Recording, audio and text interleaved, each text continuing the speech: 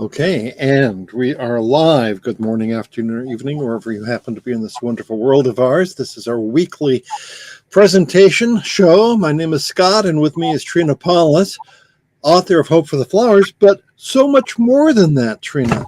You have so many interests, and they all kind of revolve around sustainability and doing things the way that they were meant to be done in the first place and in harmony with nature. And today's program is on composting. Tell me more. Well, it's on composting because right now is the time in the northern hemisphere where I am, which is in New Jersey on the eastern coast of the United States. It's the time when little things are starting to come out of the soil. And I have here just a couple of to show you just where we're at with that. Here's one of my first daffodils. And here's a little purple flower that I don't know about. I don't know what it is. And here's a crocus.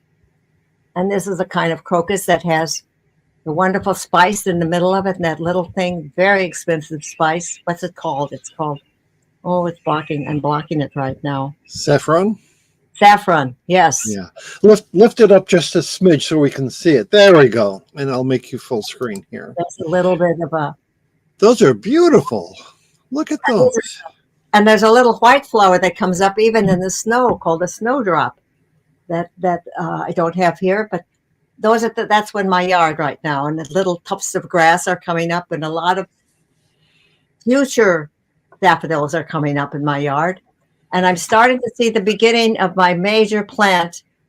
I bought one organic stinging nettle because I understood how nutritious it was. And there must be 3,000 in my yard. So it's a wonderful nutrition plant, but I recommend if you don't have a good deal of space that you plant it in containers because it's very aggressively oriented. Okay, so I'm doing composting because it's another symbol like the butterflies coming out of the caterpillar in a cocoon of how life comes out of apparent death.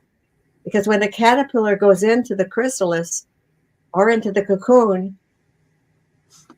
you don't imagine that it's going to come out as this gorgeous flying creature. And so the same with our rotten stuff. So what I have here behind me, which we'll go into in a minute, is the recipe for composting. And composting, all we have to do is organize the stuff. Nature does the job.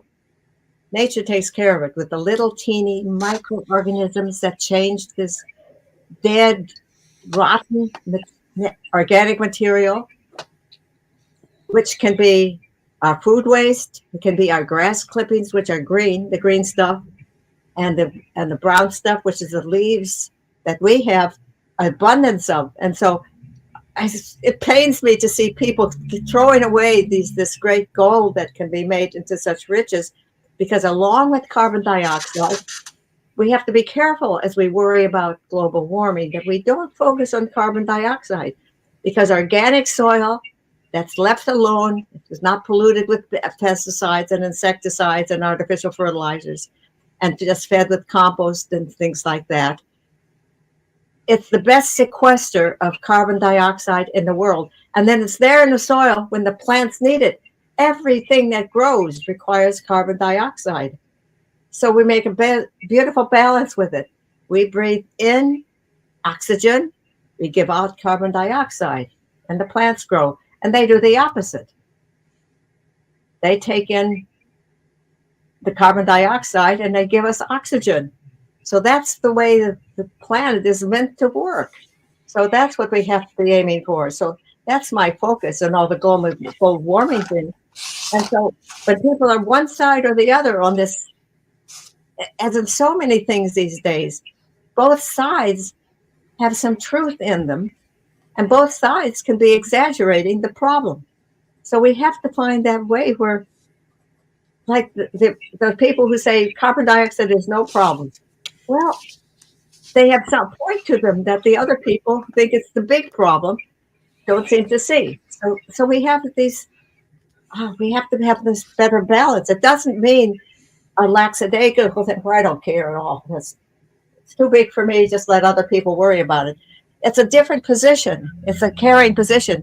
And what I'm finding these days is that the people on what we would call the far right or the far left, some people in both of those camps have much more in common than the lethargic people in the middle. So, well, all kinds of new people in my community. Based on what you're saying, it's and your writings and other sorts of things. If we were able to just leave everything alone and let nature take its course, everything would be in perfect balance. So the idea is to try not to deviate too far from the natural order of things. Would you say that's a fair comment? Yes, not to mess things about AI and other things where people are so darn sure of themselves. We can't be so sure of themselves. We're not God. We didn't create things.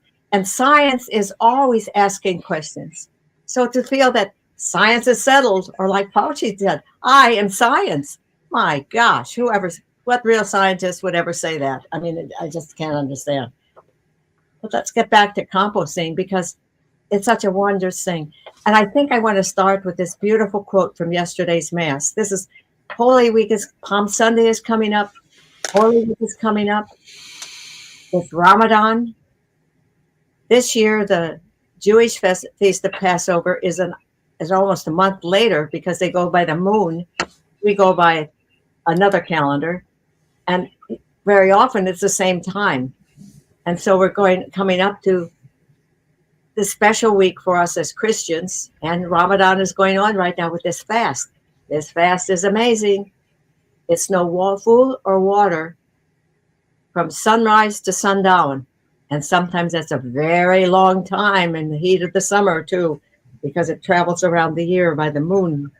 And so that's what we're into right now. The Muslims are doing it.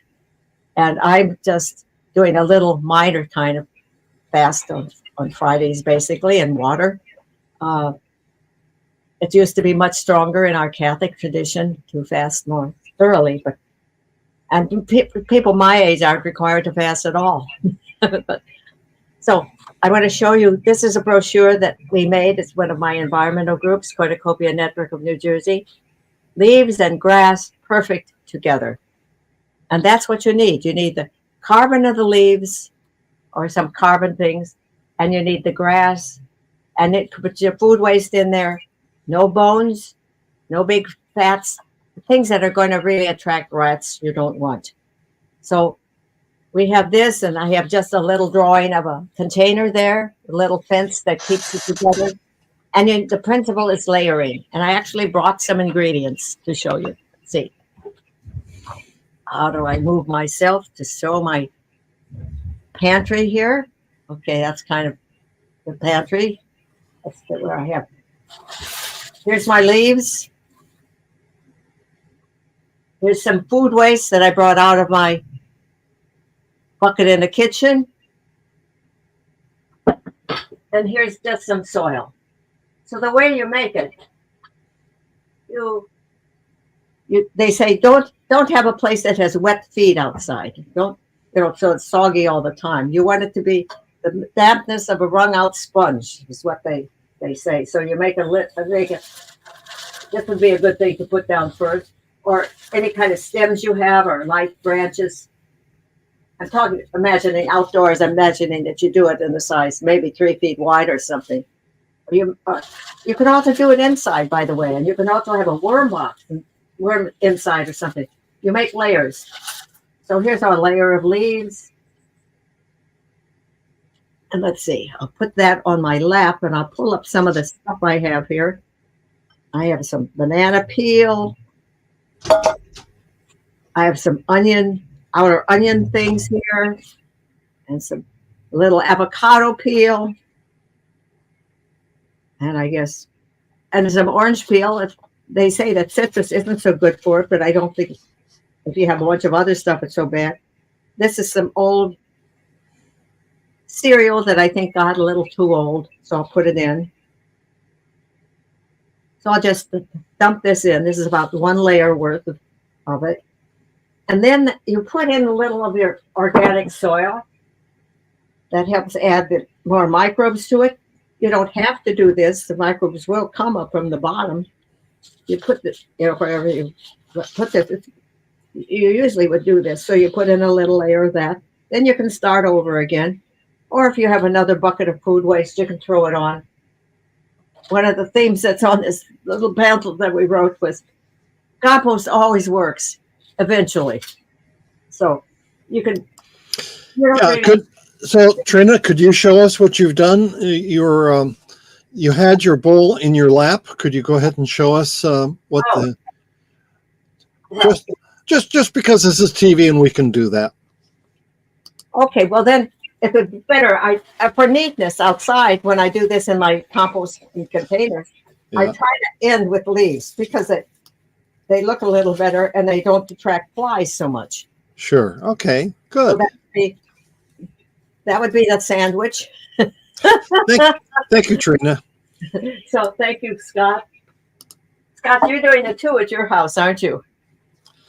That's right. We got one of those fancy dancy rotating barrels that you can put food waste and other things in and then rotate it. And then it just sits there. And amazingly, it creates compost all on its own. How did that happen? Well, that's what's wonderful. Air, water, soil, microbes, those billions of little workers. Now, what I'm doing here, I'm bringing down these leaves.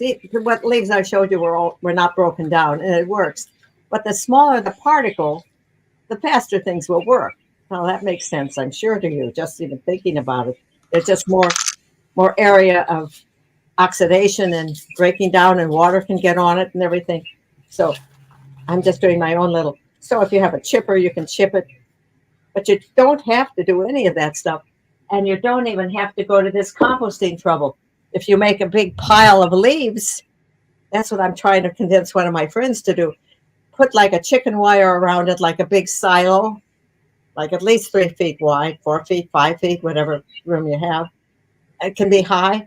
And if you have too many leaves, like we do here, it seems like you have too many leaves. It seems like leaves are all over in the fall and even in the spring now to wake up and just pile them in there. Like last year, this silo of mine was already the fence was about 4 feet high, but the leaves were towering over it like this. In about 3 weeks, they were down like this. In a couple of months, they were down like 2 feet. So they go down very quickly, and it becomes compost in about a year just by itself. And you just take it out the bottom where they call it leaf mold when it's just leaves. But I have it there as like like a refrigerator where you take food out of. There's a quote that was in yesterday's mass for the beginning of this Passiontide period that's is really related to this, and that's one reason I chose to do this today. It's unless the grain of wheat falleth into the ground and dies, itself remains alone. But if it dies, it brings forth much fruit. And I hope that's the lesson for our lives. And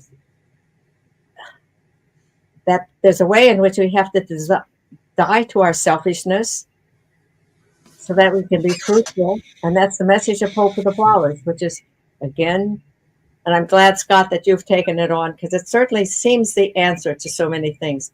Radical sharing, freely chosen. And I think of the problems that we have thinking about capitalism, thinking about communism. Neither of those extreme forms demands the spiritual change in each of us that freely chosen implies. So it has to be radical sharing, but not forced. It's forced by capitalism, by the elite dominating over the rest of us and gaining the money for themselves, feeling that they're the people who should be in charge. And then there's communism, a social order communism that demands that everybody does what the government says, and there's no free choice. The specialness of our existence in my tradition is freely choosing. You choose. You are given many gifts, and then you have to choose to share them. So that's my theme, and I don't know where we are with time right now, Scott. Well, our time is just fine, and I'm so glad that you've gone in the direction that you have, because one of the reasons why you like going out live every week is just to memorialize some of your thoughts and ideas and so forth. And you have just been so expressive today. So thank you so on that, both in practical terms and then, bringing in the underlying philosophy beneath that. So I would rate today's show a success. What about you? Well, thank you. And then that's why I also made this art sign, the yin and the yang, because the hands are a sort of a sign of what, if you take away one hand, the other disappears. So that's the sharing. And then that's true on every level of life. And one of the great things, there's a wonderful movie called, I think it's called Symbiotic Earth. And it's about Lynn Margulis, who was this microorganism person whom I went into New York to meet her, and I had a wonderful time with her. And then she came to New Jersey Institute of Technology, and I was able to have lunch with her again down there some years ago. She died now, but there's a beautiful movie about her. And she shows how microbes collaborate with each other, how they get together on the microscopic, on the level of very smallest love. Because I think we've been sort of brainwashed into thinking that life is meant to be a struggle, meant to be fighting against each other, that gene or that purpose is at the heart of things. But when she shows how the microorganisms cooperate, it doesn't mean that one doesn't die. Ultimately, we all die. And I would love to be composted, but if I have to go to where the rest of my family is in Ohio, I don't think I can be composted in New Jersey and get there. So I might have to have another route. My son always joked that he was going to sit me up in a car and put a hat on me and drive me to Ohio. I don't think that's going to work. Maybe not. Any final words before we sign off, Trina? Well, I think I might have made them, except okay. This is the time for all the children of Abraham to think of how we can work together. And I have my statue of Abraham and Isaac back there still, because there's the love that Abraham and Isaac had for each other, and the knife in the other hand. And the Muslims, the Christians, and the Jewish people seem to have that an antagonistic thing with that beautiful message of love at the same time. And it's very paradoxical and very real right now. So let us pray for each other that we find a way toward peace and authenticity in our own lives. And may we be with each other during these holy days, whatever tradition we come from.